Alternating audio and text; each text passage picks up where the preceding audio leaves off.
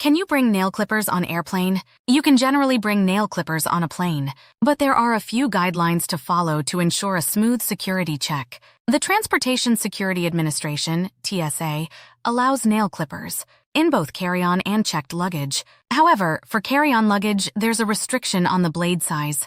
Nail clippers with a blade shorter than 6 cm, or roughly 2.3 inches, are considered safe and can be packed without worry. If your nail clippers have a longer blade, they'll need to be placed in your checked luggage. Remember, the final decision on whether an item is allowed through security rests with the TSA officer, so packing them in a way that allows for easy inspection, not buried deep within your bag, is recommended. For checked luggage, the TSA recommends wrapping or sheathing sharp objects to prevent injury to baggage handlers and inspectors. There are no specific regulations regarding nail files, so you can typically pack them in either your carry-on or checked luggage.